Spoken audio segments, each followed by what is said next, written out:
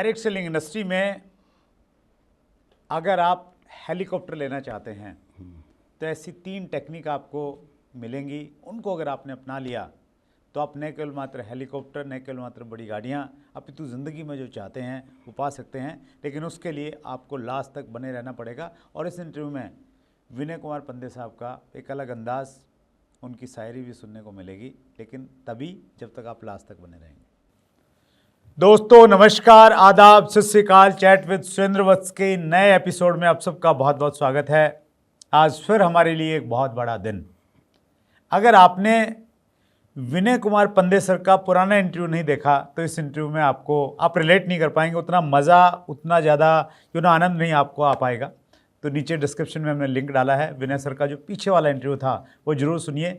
आज फिर ज्ञान की गंगा चैट विद सुरेंद्र वत्स के व्यूअर्स के लिए बहने वाली है। 26 साल का एक्सपीरियंस 26 मिनट में आपको देने का हम प्रयास करेंगे। तो आइए बहुत उत्साह के साथ में स्वागत करते हैं उस शख्सियत का जो डायरेक्ट सेलिंग में अपने एक अलग अंदाज से जानी जाती हैं। विनय सर, चैट विद सुरेंद्र वत्स में एक बार फिर स्वागत है।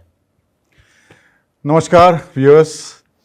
मुझे सुरेंद्र जी ने कहा कि पिछले इंटरव्यू के बाद में हज़ारों की तादाद में फ़ोन आए और दोबारा सेकंड पार्ट करे, तो सुरेंद्र जी ने कहा और हम आ गए आपके लिए। चलिए पूछिए। Thank you so much sir. पहले कुछ अच्छी चीज़ों से शुरुआत करते हैं। कुछ कॉम्प्लीमेंट्स पढ़ता हूँ। अरे फिर कॉम्प्लीमेंट्स। नरेंद्र कुमार लिखते हैं, Vinay Kumar Pandey sir the Kohinoor of network marketing. Team aware ने लिखा है, ऐसा लग रहा है डायरेक्ट सेलिंग बिजनेस का सबसे धुरंधर लीडर पहली बार सबके सामने आ रहा है, क्योंकि आप सोशल मीडिया पे हैं नहीं कहीं। नहीं। सुख रमन ने लिखा है, नेटवर्क मार्केटिंग के बेताज बादशाह आ रहे हैं, और ये मुझे बड़ा इंटरेस्टिंग लगा। सरजू मौर्य ने लिखा है, आ रहा है नेटवर्क मार्केटिंग का प्रभुदेवा। तो आपकी पर्सनैलिटी वैसी लगती है, कुछ प्रभुदेवा जैसी। हम महाकाल के भक्त हैं, तो हम जहाँ जाएंगे तांडव तो मचेगा। क्या बात है, वंडरफुल सर। पिछले इंटरव्यू में मैंने बहुत कुछ एनर्जी ली आपसे, व्यूवर्स ने भी ली होगी। व्यूवर्स को मैं बताना चाहता हूँ, पीछे वाले इंटरव्यू में हमने बातचीत किया विनय सर की लाइफ के बारे में, कैसे उन्होंने स्टार्ट किया, अमेरिका में गए और वहाँ से डायरेक्ट सेलिंग का एक विज़न मिला, फिर इंडिया में आए और हिंदुस्तान की ऐसी वो पहली शख्सियत हैं जिन्होंने डायरेक्ट सेलिंग इंडस्ट्री से पहला हेलीकॉप्टर खरीदा और फिर 4 हेलीकॉप्टर खरीदे, हवाई जहाज़ और 4 हवाई जहाज़ खरीदे। और अब हम लोग आगे बढ़ते हैं और बहुत सारे प्रश्न हैं व्यूवर्स के मेरे पास में। मैं प्रश्नों से ही शुरुआत करता हूँ। हाँ, सीधे आ जाइए। इजाज़त है? राइट, इरशाद। ये प्रश्न मैं ले रहा हूँ सर शिवेश पासवान का। अगर टीम कहना नहीं मानती तो कैसे हैंडल करें? मुझे आज तक अपनी ज़िंदगी में ये सवाल आया नहीं कभी, जब तक कि वो अपने अपलाइन का मानता हो। तुम अपने अपलाइन का मानोगे नहीं और तुम बोलते हो कि टीम मेरी नहीं मानती। तो प्रिंसिपल क्या है हमारे यहाँ, जो हम लोग यूएस से, अमेरिका से सीख के आए ना, वो प्रिंसिपल पे एकदम आज भी अड़िग है। प्रिंसिपल क्या है कि अपलाइन इज डिवाइन। आपके अपलाइन डिवाइन होते हैं। Downlines are like children and cross lines are dangerous. Simple, as simple as that. So now what happens, क्या होता है कि हम जो सिखाते हैं लोगों को कि अपलाइन, देखो अपलाइन फिर भी इंसान है कि नहीं, आपके जैसा मेरे जैसा। अपलाइन से भी गलती हो सकती है, वो भी सीख रहा है ना। तब भी हम ये नियम बनाए रखते हैं कि अगर आपका अपलाइन कुछ गलत कर रहा है या गलत बोला उसने कुछ, या आपको दुख दिया, ऐसा कुछ हुआ, तो आप ऊपर फ़ोन करिए, ऊपर के अपलाइन को, उसको बताइए, वो उसका इलाज कर देगा बराबर। मगर नीचे जैसे किसी वजह से एकदम से आपकी गलती ने डांट दिया आपको, और आपके साथ आपके 2 डाउनलाइन है, और फिर वो 2 डाउनलाइन आपको बोलते हैं क्या सर, क्या अपलाइन, मतलब क्या हो गया वो हमारा, आपको ऐसा बोला और आप चुपचाप देखते रहे।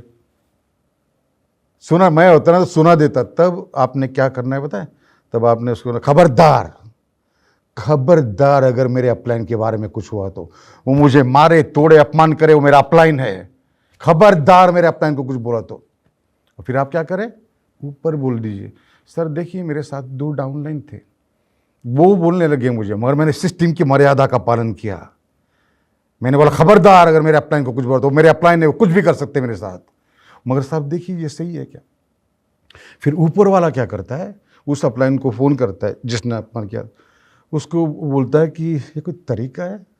ये सब मेरी गलतफहमी हो गई थी, बाद में मालूम पड़ा उसका दोष नहीं, मगर फिर भी क्या ये कोई तरीका है? उसके डाउनलाइन के सामने तुमने उसको ऐसा बोल दिया। अब जाओ उसके घर में उसकी माफ़ी मांग और गले मिल जा। सर मैं घर जाके जा, क्योंकि तू घर जाके माफ़ी मांगेगा अकेले में माफ़ी मांगेगा, उसके बाद उसका मन हल्का हो जाएगा और वो सालों साल स्टेज पे तुम्हें भगवान बोलता जाएगा। ये है सिस्टम हमारे यहाँ इंडस्ट्री में, गंद मची, हम क्या कर सकते, इसकी वजह से ऐसे सवाल आते हैं। तो अगर आप ऐसे रहेंगे तो आपकी टीम नहीं मानेगी, ऐसा होगा, क्योंकि आप अपलाइन की सारी बातें मानते हैं और आपकी टीम आपकी बात नहीं मान रही, ऊपर से सारे चढ़ दौड़ेंगे अपलाइन। एक ऐसी स्ट्रॉन्ग सिस्टम चाहिए आपको जीतने के लिए। That's great, wonderful sir. वो कहावत है ना कि जैसा बोएंगे वैसा ही काटेंगे। एक बड़ा अच्छा एग्जांपल मैं शेयर करना चाहता हूँ सर।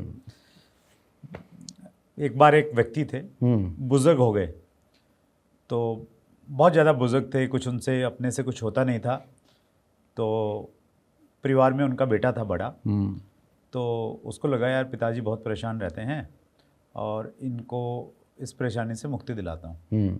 तो वो उनको पास में नदी थी, नदी में लेके गए और नदी में ले जाके उनको बोला पिताजी चलिए आपको थोड़ा स्नान करवा के लेके आ जाते हैं। तो वो साथ में गए और जाके वो उनको थोड़ा गहरे पानी में लेके गए और गहरे पानी में ले जाने के बाद में वो उसको डुबोने वाले थे। तो उनको समझ में आ गया कि ये मुझे डुबोने के लिए यहाँ पे लेके आया है। तो उसने कहा कि बेटा रुक। तो पूछा क्या हुआ पिताजी? बोले तू मुझे थोड़ा सा और गहरे में ले जाके डुबो, तूने डुबोना है ना, थोड़ा गहरे में लेके जा डुबो। तो उसने कहा यहाँ क्यों नहीं? बोले यहाँ तो मैंने अपने बाप को डुबोया था, तू मुझे थोड़ा और गहरे में डुबो ताकि तेरा बेटा तुम्हें और ज़्यादा गहरे में डुबोएगा। तो हम जैसा करते हैं, क्या बात है, क्या बात है, क्या बात है साहब, वैसे ही होता है। लेकिन हम भूल जाते हैं कि हम क्या कर रहे हैं। तो ये हमारी इंडस्ट्री का सबसे खूबसूरत पहलू ये है सर। मुझे बहुत अच्छा लगता है कि ये है ना, आपको मतलब अगले जन्म में परिणाम नहीं मिलते, तुरंत मिल जाते हैं। आप अपलाइन का रिगार्ड करेंगे, टीम पूरी करेगी, आप उनको कुछ नहीं मानेंगे, लोग आपको कुछ नहीं मानेंगे। तो बहुत बढ़िया अलग अंदाज में आपने जवाब दिया विनय सर। सो आगे बढ़ते हैं सर। ये प्रश्न है सर कमलेश कुमार का, एक अनजान शहर में अपना नेटवर्क कैसे बिल्ड करें?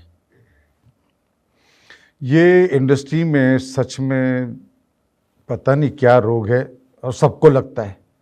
हम अपलाइन को कह रहे थे सर, मेरा एक दोस्त है इंदौर में, वो मुझे कह रहा है अरे भाई पूना इतना क्राउडेड है, यहाँ रोज लोग सुबह उठ के दांत मांजते चाय पीते ही है, तू इंदौर क्यों जा रहा है? जिसको भी ज्वाइन करो ना सीधा बोलता है साहब मुझे आसाम में काम कर। अरे तू मुंबई में है, तू आसाम, एकदम आसाम नहीं, मेरी बुआ जी आसाम में उनका, अरे तू यहाँ तो आसपास लोग है, वो तो कर। फिर अनजान शहरों में हो जाएगा नेटवर्क, क्योंकि यहाँ का आदमी वहाँ कहीं आसाम में उसका दोस्त है, समझे कि नहीं, वो वहाँ जाएगा, कुछ लोगों को बुलाएंगे, वहाँ करेंगे, फिर आहिस्ता आहिस्ता नेटवर्क बढ़ेगा। जैसे मेरा पूरे देश में है नेटवर्क, नेपाल में भी नेटवर्क है मेरा जी। तो अनजान शहर में, अरे तू पहले यहाँ पूरा करना, अपने आप चला जाएगा। हाँ, अनजान शहर में करने का तरीका है, हम करते हैं, वो हमारे यहाँ LDP में सिखाते हैं हम लोग, मगर वो लंबा प्रोसीजर है वो। मगर पहले तुम्हारा अपना शहर कहाँ खत्म हो गया है? अपने, ये सब लोगों का रोग है, मुझे भी लगा था ये रोग, तुम अलग नहीं हो इससे। तुम पहले ये सोचो कि मैं ये क्या कर रहा हूं, मेरे अपने शहर में इतने सारे लोग हैं, मैं वो छोड़ के अनजान शहर में क्यों? इसी शहर में अनजान लोग हैं ना भाई। That's great sir. हमारे एक मेहमान थे अल्पेश गज्जर, गुजरात से हैं। हाँ जी। तो उन्होंने भी बड़ी अच्छी बात कही। उन्होंने बोला कि जब मैंने बिजनेस की शुरुआत की तो मेरे पास में भी ऑप्शन थे, मैं अपने शहर में करूँ दूर करूँ, बोले मैं गुजराती आदमी, तो मैंने हिसाब किताब लगाया कि 100 किलोमीटर दूर जाऊँगा, इतना तेल लग जाएगा, इतना टाइम लग जाएगा, तो मैं अड़ोस पड़ोस से ही शुरू करता हूँ। और उन्होंने कहा कि मैंने अपना इनिशियल बहुत बड़ा बिजनेस अपने शहर से ही बिल्ड किया, और वो हो सकता है कहीं ना कहीं ये मिथ लगता है लोगों को। That's great sir. अगला प्रश्न लेता हूँ। मिस्टर राज का प्रश्न है, हम किसी को प्लान दिखाएं, 1000-1500 का कोई प्रोडक्ट लिया, अभी ज्वाइन नहीं मिला, तो उसे प्रोडक्ट किस रेट पर दें? तो ये प्रश्न ये पूछ रहे हैं कि जैसे किसी प्रोस्पेक्ट से मिले, उसने ज्वाइन नहीं किया, वो प्रोडक्ट लेना चाहता है, तो उसको MRP पे दें, कुछ डिस्काउंट में दें, क्या करना चाहिए? हमेशा शर्तिया चले, आप ऐसे ही मत दे दीजिए। आप देखिए, आपको एक बात बताते हम, अगर आप उसको MRP पे देंगे, अभी देखो इंडस्ट्री को ऑलमोस्ट 29-30 साल हो गए हैं, नया नहीं है, मतलब ये 1998 नहीं चल रहा है, तो ये नहीं तो वो आ जाएगा उसके पास, वो देगा अगर डिस्ट्रीब्यूटर प्राइस में, तो फिर उसको 30 रह जाएगी आपके बारे में, वो बाद में भी कभी नहीं जुड़ेगा आपको फिर, समझे कि नहीं। एक दुकान बहुत चली यूएस में, छोटे में समझाता हूँ, बहुत चली उसका किराने की दुकान थी मॉल में, और बहुत चलती थी, बाकी दुकानों नहीं, इसके पास हमेशा भीड़ लगी थी। पता है क्यों? उसका कारण क्या? उसने अपने बच्चों को भी बोल के रखा था, जब तोलोगे ना चावल तो थोड़ा ऐसे डालना इतना कि 50 ग्राम 30 ग्राम ज़्यादा ही हो। तो वो ले रहा है 20 किलो चावल ले रहा है अगला, मगर वो 20 किलो चावल जो है उसमें वो 50-60 ग्राम ज़्यादा है, वो उसने निकाला नहीं, डाला, निकाला। सब निकालते ना दुकान में, अरे ज़्यादा हो गया, निकाल, कितना हुआ 50 ग्राम, बेटे को बोला ठीक है कोई बात नहीं। ये जो अदा पसंद आ गई, हालांकि वो 20 किलो वाले को 50 ग्राम का पैसा मुश्किल नहीं है, ये जो अदा पसंद आ गई, धंधा फटे तक चल गया। तो मुद्दा ये है कि वो उसको दुखेगा भी उतना जो निकाल लिया। तो आप जो है उसको शर्तिया दे, मगर क्या कि देखिए, पहली बार आप ट्राई करना चाहते हैं, हमारी कंपनी की पॉलिसी नहीं है, मगर पहली बार ट्राई करना चाहते हैं तो मैं आपको डिस्ट्रीब्यूटर प्राइस में दे देता हूँ, ऐसे बोल के दे दीजिए। आई बात समझ में? क्या बात है, बहुत बढ़िया। अमेरिका में दुकान चली तो यहाँ भी खूब चलेगी। Wonderful sir. लक्की का प्रश्न है, नेटवर्क मार्केटिंग में जल्द सफलता न मिलने का कारण क्या है? जल्द का डेफिनेशन, पिछली बार भी हमने वो कहा था, आपकी जल्द की डेफिनेशन क्या है? मेरे पिताजी ने इतने साल दे दिए INS शिवाजी में, फोरमैन थे, वहाँ से आगे बढ़े, BRC इंचार्ज बने, इतने साल दे दिए। आपके पिताजी ने भी, कितना पेंशन आती है उनको, कितनी तनख्वाह बनी उनकी, बनी 1 लाख तनख्वाह बनी, 2 लाख बनी, 5 लाख 10 लाख 50 लाख तनख्वाह बनी। आपको करना कितने 5 साल में करना है, उसमें भी आपको जल्दी चाहिए। ये ऑलरेडी जल्दी है भाई, जान डाल दो, दिन के 2-3 घंटे ईमानदारी से काम करो और एक अच्छी सिस्टम पकड़ो। एक सिस्टम चाहिए तभी बन पाएगा, वरना आप कितना ही मेहनत करेंगे, वो मैकेनिज्म आपके पास नहीं है तो मुश्किल हो जाएगी। अच्छी सिस्टम में काम करो, और सभी ऊपर से नीचे तक एक ही सिस्टम फॉलो कर रहे हैं ऐसे लोगों में काम करो, बिजनेस होगा। जल्द, ऑलरेडी जल्द है। MLM का पैसा, और अरे यार एक आदमी बैंकक्रप्ट हो गया, बर्तन बिक गए उसके, और MLM में फिर उसने एंट्री की, 10 महीने पहली गाड़ी आई, और उसके 8 महीने बाद सफारी आई, उसके बाद यार उसका हवाई जहाज आया खुद का, फिर उसके अगले साल उसका बंगला हुआ, दूसरा बंगला हुआ, और 3 हवाई जहाज आए। जल्दी का डेफिनेशन क्या है यारों मेरे? सीरियस हो जाओ, अपने सपने के प्रति कमिटेड हो जाओ, जान लगा के काम करो, सब होगा। और ये सब जल्दी ही है। ये 5 साल में होता तो भी जल्दी है। हवाई जहाज मेरे 10 साल में भी होते ना, 3-3 4-4 हवाई जहाज किसके पास है क्या? 10 साल में भी होते तो भी जल्दी ही है ना यार। सीरियसली, सीधी तरह से जैसी चीज़ें हैं ना वैसे ही देखो, जैसी चीज़ें हैं ना ज़िंदगी में, लोग कितने पगार पे कितने सालों बच जाते हैं, जैसी है ना वैसे ही देखो ना। जल्दी कैसे काम है? मैजिक स्टिक वांड है क्या मेरे पास? सोच यार। बड़ा पर्सनल सा क्वेश्चन किसी ने पूछा है, सर आप टोपी क्यों पहनते हैं? हाय, हम इस नेटवर्किंग की दुनिया के एक माफिया डॉन की तरह रहते हैं। हमारा डिसिप्लिन, हमारी जो अनुशासन है, आप कभी हमारे लोगों से मिलेंगे तो जानेंगे। मुझे बहुत चाहने वाले लोग, औरतें, लड़कियां, बच्चे, सारे लोग इतना चाहते हैं, मगर फिर भी मैं बाजू से गुजर रहा हूँ ना तो एकदम ऐसे पीछे हो जाते हैं। अरे मेरे क्या हो गया तुमको, आदमी हो, बूढ़ा हो, कोई, ऐसे हो जाते। क्योंकि वो एक आपको एक मैंने एक नया अवतार लिया, इंडस्ट्री टोटल बदल गई है, तो उसमें मुझे दिखाना था कि ये देखो ये कौन आदमी है। तो हमारे जो वीडियोज़ आते हैं ना, हमारे शिष्य डालते हैं 3, 4, 5 मिनट के, उसमें सीखने जैसा कुछ नहीं होता, मगर वो वीडियो जब देखते हैं तो अरे बाप रे, ये है कौन, ये नेटवर्क मार्केटिंग में है, ये तो कोई डॉन दिखता है। हाँ। तो एक आकर्षण फैलाना कि ये कोई नया है। कितने मोटिवेशनल स्पीकर सुने और ये कोई नया ही रूप लेके धारण हुआ है, एकदम से प्रकट हुआ है। बस एक नयापन चाहते थे, और क्या। तो इसमें मैसेज ये भी है सर कि अगर कोई भी व्यक्ति अपना कुछ नया अंदाज उसका हो, वेशभूषा कुछ भी, तो उसमें एक जल्दी पहचान बनती है। हर एक का अपना अपना अंदाज होता है, वो चाहता है कि थोड़ा कुछ नया करो, पर बेसिकली मेनली क्या गड़बड़ वहाँ नहीं है, यहाँ तक जाने की बात नहीं, क्योंकि नीचे के लेवल पे जाओ ना तो लोग जो है कि दाढ़ी बड़ी है, इधर उधर से बड़ी हुई है, वीडियो देने के लिए इधर आए हुए हैं, टी शर्ट पहन के आए हुए हैं, और हमको लगा था उसको देख के बाद में बोलने को, आ गया ना स्वाद है, ऐसी दाढ़ी इधर से बड़ी, टी शर्ट ये वो। तो लोग क्या है ना, उनको जब बोलते हैं ना, तू प्लान नहीं सारे, वो मेरा दोस्त है, मैं एकदम से सूट में जाऊंगा तो वो हंसने लग जाएगा।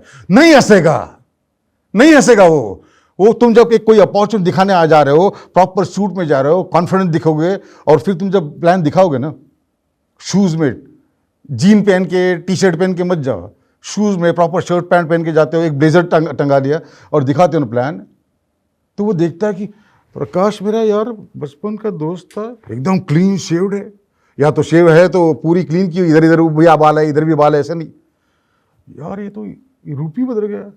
वो मिलते ही बोलेगा यार तू तो एकदम बदल गया है। अरे ज़बरदस्त अपॉर्चुनिटी है मेरे दोस्त, मैं तुझे माफ़ी मांगना चाहता हूँ कि मैं तेरे पास लेट पहुँचा हूँ, चल समझते दोनों मिलके करेंगे, ज़बरदस्त काम करेंगे। वो लगेगा ना उसको कुछ तो इसके पास ऐसा आया हुआ है कि ये पहले वाला नहीं रहा, तो ये मुझे भी कुछ तो भी ऐसा दे सकता है कि मैं भी पहले वाला नहीं रहूँगा। नहीं मगर नहीं साहब, वो बचपन का है ना दोस्त, बचपन का है ना, रह फिर वैसे, जितना टाइम तेरे को वेस्ट करना है कर ले, और फिर बाद में पूछ कभी सुरेंद्र साहब के साथ चैट, सब जल्दी का तरीका बताइए ना, जल्दी कर ले, सूट पहन ले, दाढ़ी रोज करना सीख ले। इंसान में और बकरे में एक फर्क होता है कि बकरे को पता नहीं होता है दाढ़ी कैसे करनी है। हाँ यार, बदल ले यार। Everybody wants to win but nobody wants to change. Very true. How can you will win? Wonderful sir. Last प्रश्न ले रहा हूँ सर, विजेंद्र नाथ जी का प्रश्न है। सर आपने यूएस जाकर इतना अच्छा नॉलेज लेके इतना बड़ा काम किया, हवाई जहाज़ खरीदा, लेकिन वो तो आपका है, ऐसा कोई टेक्निक दीजिए जिससे भारत का हर नागरिक हवाई जहाज़ में BMW ले आए। भारत का हर नागरिक उसका जो सपना है ना उसके हिसाब से काम करेगा, ये पहली बात समझ ले। फॉर एग्जांपल हम जब सपना लिखवाते हैं ना डाउनलाइन से, तो उसका अपलाइन बैठा है, हम घूम रहे हैं ऐसे समझो, ग्रुप मीटिंग्स में लिखवा लो, एक हमने उनको दे दिया प्रयास, करिए चलिए, तो फिर वो बोल रहा है मैं इंडिका लूँगा, तो ये उसको अरे क्या इंडिका, ये ना होता लिखना, तो हम उसको पीछे से मारते, अबे तेरा सपना है वो सपना उसका है। तू बोलेगा अपलाइन बोल रहा है इसलिए इंडिका लिख देगा, और डेट भी तू बोलेगा वैसा लिख देगा, मगर वो सपना उसको हिलाएगा नहीं अंदर से, क्योंकि उसका सपना ही नहीं वो, उसको तो इंडिका चाहिए थी, इतनी बड़ी गाड़ी कभी मिलेगी, उसको नहीं लगता मुझे मिलेगी, उसको इंडिका मिलेगी ऐसा लग रहा है, इंडिका ही लिख। तो जबरदस्ती जहाज, सब लोगों को जहाज, जिसका सपना है ना तुम्हारा है मिलेगा। इस बिजनेस में बहुत कम लोग कामयाब होते हैं, क्योंकि वो लोग जो करना चाहिए वो करते नहीं, छोटी छोटी चीज़ें करनी होती है, दिन में 2 ही घंटा निकालना होता है, जो सिस्टम के स्टेप्स है जो फॉलो करने होते हैं, कोर के स्टेप्स फॉलो करने होते हैं, घर का अपना 2000 BV जो हम करते हैं, कोर BV उतना करना होता है, वो करते नहीं। तू 50 का माल ले, है पैसा इसके पास, वो ले लेगा, अरे ऐसा नहीं करते। ऐसा नहीं करते। ये सब तरीके हैं, इसलिए मैं कहता हूँ इंडस्ट्री में गंद मची हुई है। इसमें से निकालने की अंदर से इतनी तमन्ना है कि इसको बदल दूंगा मैं इस इंडस्ट्री को। ये जो सवाल है ध्यान से सुनना।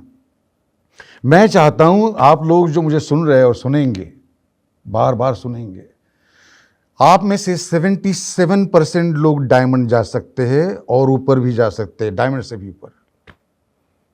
कैसा लगेगा आप में से 77% जाए तो? और मैं साइंटिफिक बात कर रहा हूं, वेरी साइंटिफिक, साइंस ने प्रूव की बात।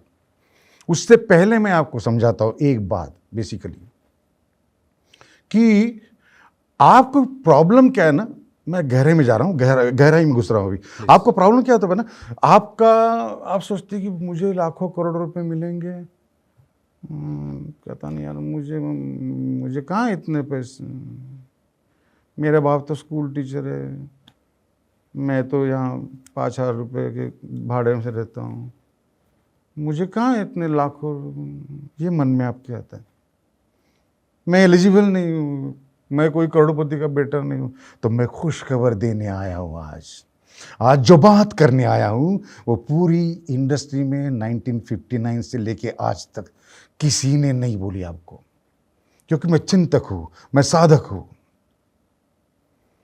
आपको भी ये कहना चाहता हूँ, आपको अपन किसी रेस में घोड़ा जितवाना है अपना, तो अच्छा घोड़ा खरीदेंगे, अच्छा घोड़ा खरीदेंगे आप, मेरे रेस में जितना ही चाहिए।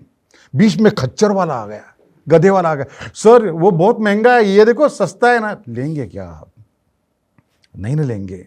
क्यों? कि वो खच्चर एलिजिबल नहीं घोड़े की रेस में जीतने के लिए। पूछो पूरी दुनिया से, कितने करोड़पति बापों के बेटे डायमंड गए? नहीं मिलेगा, नहीं मिलेगा। फिर कौन गए डायमंड? वही जो 30-40 रुपए किराए के घर में रहते थे, कभी ड्रग एडिक्ट थे, कभी स्कूल टीचर का बच्चा थे, यही सारे लोग डायमंड गए। तो आप एलिजिबल है, आप उसी में से है। You are eligible man, you are eligible. आप करोड़पति बाप के बेटे नहीं ना, इसलिए सोचते मैं कहां से पैसा कमा सकूं, अरे ये बिजनेस ही ऐसा है। वहां करोड़पति का बेटा डायमंड नहीं हुआ है। आप एलिजिबल ग्रुप है। चाल में रहता है, मजदूरी करता हूं, स्कूल टीचर हूं सर, 20,000 तनख्वाह पे हूं सर, छोटा सा घर है सर, स्कूटर भी सेकंड हैंड ली साहब, ऐसे ही लोग डायमंड जाते। एलिजिबल है आप, आ गया ना स्वाद। अब देखिए 77% के आईबीएम में एक कंपनी ने एक बड़े डॉक्टर को बुलाया था, साइकोलॉजिस्ट था वो, और उस डॉक्टर ने कहा 77% लोग जो है कामयाब हो सकते हैं अपने से, अगर 3 साइकोलॉजिकल ऑपरेशंस किए तो।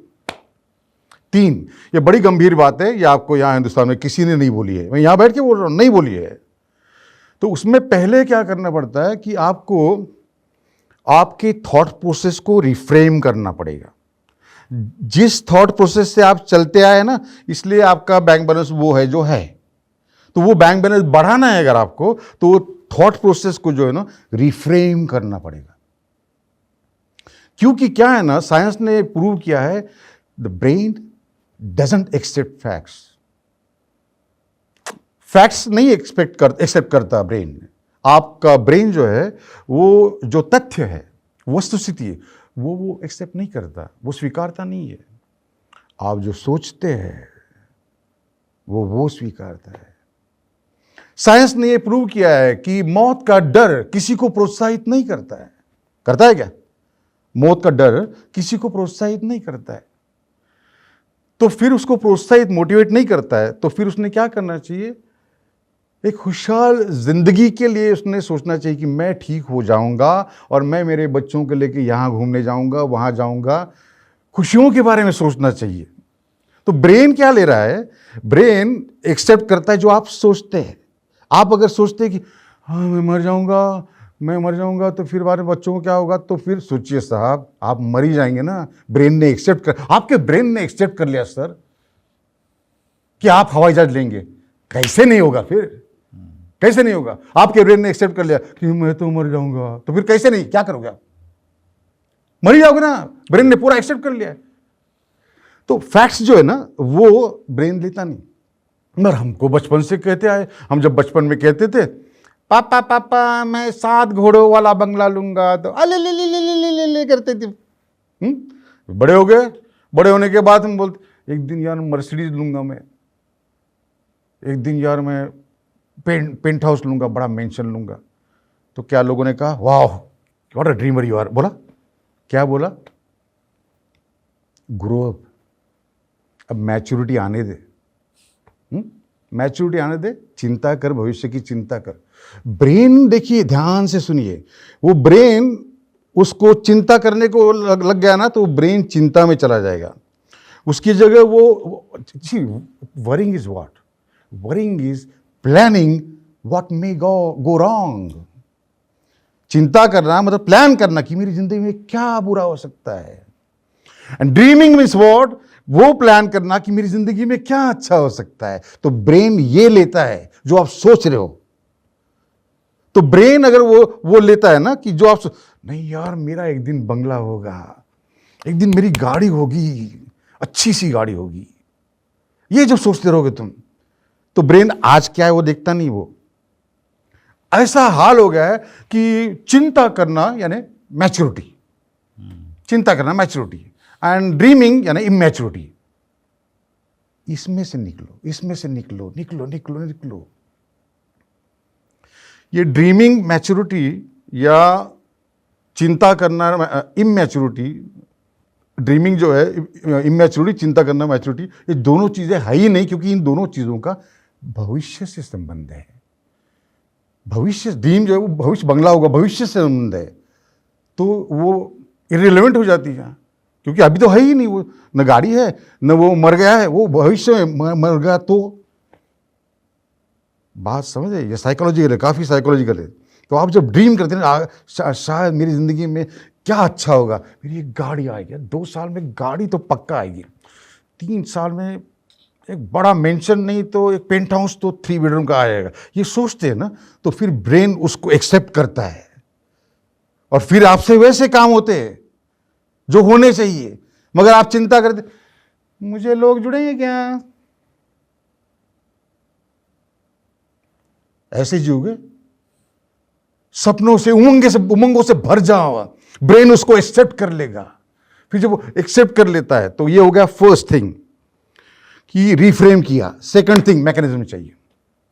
अब इस चेंज थॉट प्रोसेस को मैकेनिज्म चाहिए, एक वर्ल्ड वाइड प्रूवन सिस्टम चाहिए कि वो सभी लोग एक ही सिस्टम में काम करने वाले हैं। कोई अलग अलग कुछ निकाल रहा है, कोई यूट्यूब सुनता है, वहाँ जाके फिर स्टेज पे भाषण देता है, फिर बाद में उसका ही भाषण दूसरे स्टेज पे देखो तो और कोई किसी की यूट्यूब सुन के वो उसका भाषण देता है उसको। ऐसे अलग अलग तरीके से नहीं होता बिजनेस। लोग मोटिवेट हो जाएंगे, अच्छी थी कहानी इसलिए, मगर फाइनली करना क्या है जो हम सिखाते हैं ज़मीन पे उतर के, वो जो है सिखाने वाला चाहिए आपके पास। इस तरह से ये दूसरा होगा मैकेनिज्म, वो चाहिए। आपको मिल सकता है, आपकी कंपनी में मिल सकता है, वो चाहिए। तीसरी बात क्या है उसके बाद में कि रेडिकल चेंज। रेडिकल चेंज, कैसा चेंज?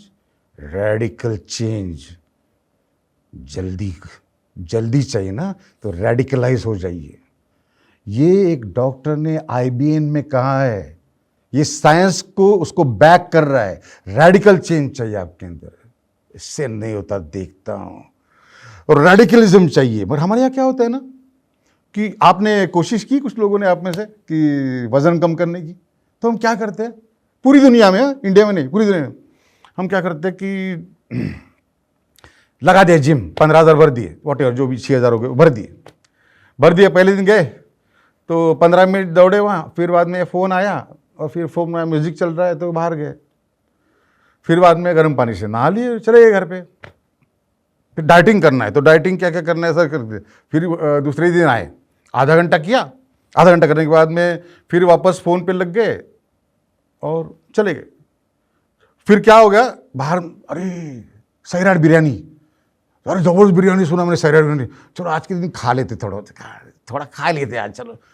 फिर बाद में क्या होता है, महीने के बाद क्या होता है, 500 ग्राम भी वजन कम नहीं हुआ साहब आपका। मतलब ज़िंदगी तो नर्क बना ही दी हुई है आपने, थोड़ा सा खा लेते, फिर बाद में फिर सब्जी खा लेंगे, सैलेड खा लेंगे, मतलब ज़िंदगी को तो नर्क तो बना ही लिया तुमने, और वज़न भी कम नहीं हुआ। फिर सब कुछ लुटा के होश में आया तो क्या मिला? रेडिकलाइज हो जाओ। 5 बजे सुबह से 7, 2 घंटा। पहले दिन 2 घंटा नहीं, पहले दिन जाएंगे हम, चलते रहेंगे, स्लो चलते रहेंगे, चलेंगे पौना घंटा चलेंगे, फिर बाद में कुछ उठाने की कोशिश करेंगे, ठीक है, आहिस्ता आहिस्ता फिर वो स्पीड बढ़ाएंगे दूसरे। मगर जल्दी से जल्दी 10वें दिन 2 घंटा पूरा एक्सरसाइज, पूरा स्ट्रिक्ट डाइट। नहीं, कितना भी अच्छा लगे कुछ भी हो, मुझे जो डाइट दिया है डॉक्टर ने मेरे को वही खाऊंगा और बस। उसके अलावा मेरे को अगर भूख नहीं लगनी चाहिए, इसलिए फिर मैं खाना खाने के आधे घंटे बाद पानी पी लूंगा 2 लीटर, या फिर फल रख दूंगा कि वो खाऊंगा, मगर नहीं खाऊंगा। नहीं, जाओ गई भाड़ में बिरयानी। फिर क्या होगा? होता है ना फिर 1 महीने में अरे 8 किलो वजन कम हो गया। वो रेडिकल चेंज चाहिए। मगर हम क्या है ना, हम मॉडरेशन में जीते हैं पूरी दुनिया में, हाँ, इंडिया में नहीं, मॉडरेशन में। हाँ, थोड़ा थोड़ा करके, थोड़ा थोड़ा करके। अपलाइन बोलता है 15 प्लान दिखाने हैं 30 दिन में। हाँ करेंगे ना, आहिस्ता, अभी तो आए ना, करेंगे थोड़ा थोड़ा करेंगे, थोड़ा थोड़ा। फिर बीच में जाए टुक करके पूछेंगे जल्दी कैसे काम है उसे, अबे थोड़ा थोड़ा थोड़ा थोड़ा नहीं, 15 प्लान दिखाएंगे बोला ना प्लान में। मैंने वो 15 30 दिखाऊंगा, 30 शुरू प्लान 30 दिखाऊंगा प्लान। जा क्या करना है, बोलो बोलो क्या। मुझे पूछा मेरे अपलाइन ने कि अगर तुम ये सोचते हो कि तुमको 5 लाख, उस समय पे 5 लाख मैंने बोला था महीने कमाना है, उस अभी के समझ लो 1 करोड़ रुपए, हाँ 1997 के बाद यूएस में। तो उसने बोला फिर उसके लिए जो मैं बोलूँगा करें क्या।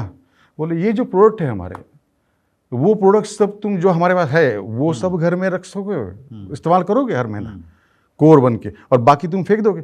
तो मैंने कहा बाकी क्यों फेंकू, क्यों वो मैं किसी को दे दूंगा, मतलब अभी भी वहां लगा हुआ है तुम्हारा। वो जब तक तुम फेंक नहीं देते ना, नहीं थोड़ा डिटर्जेंट पड़ा, तुझे 5 लाख रुपया चाहिए महीने का, और थोड़ा डिटर्जेंट पड़ा है, मैं नहीं फेंक दूंगा। ठीक है कोई बात, 2 दिन में 1 प्लान दिखाऊंगा। ये सब रेडिकलाइजेशन से किया मैंने।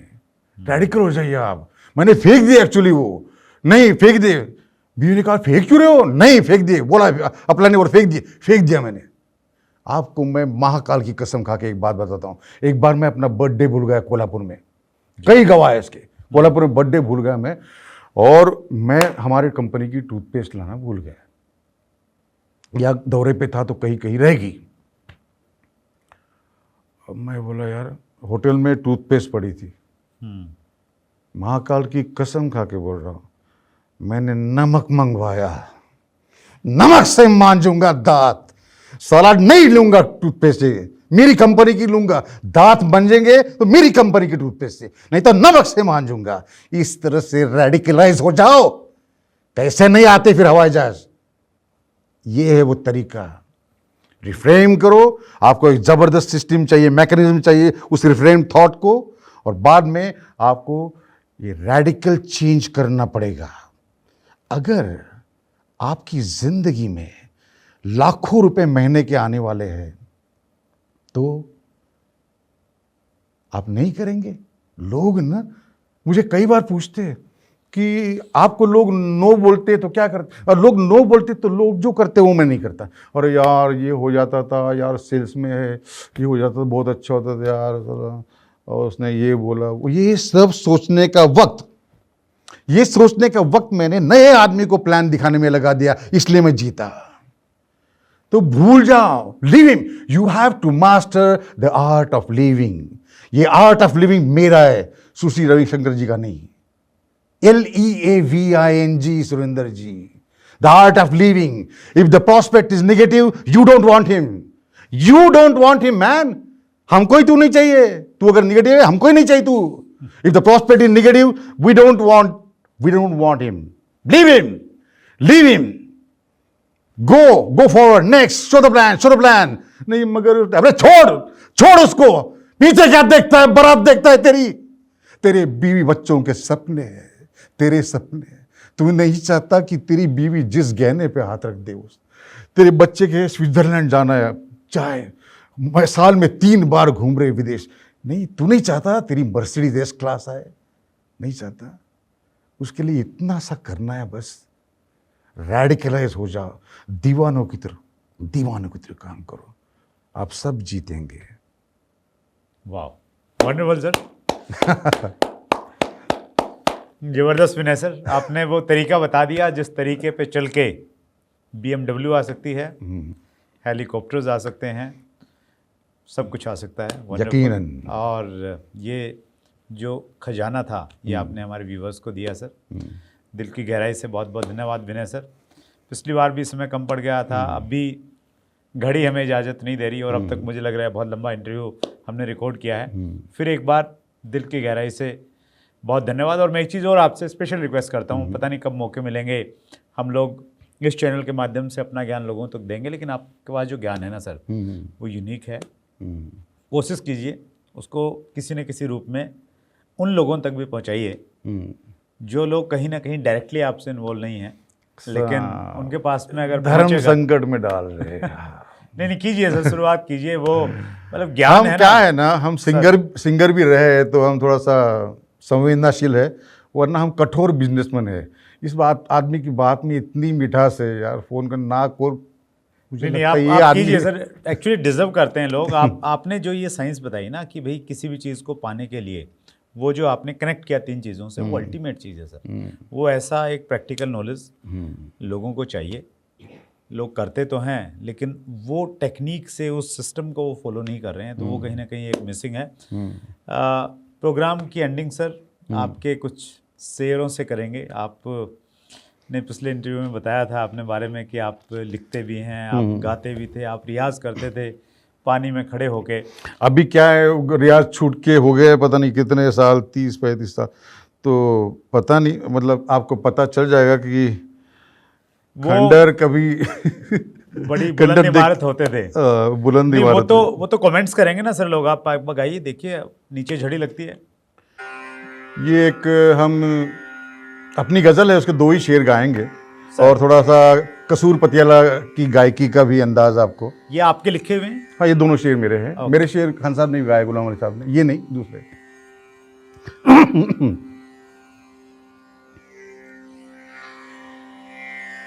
धनी धनी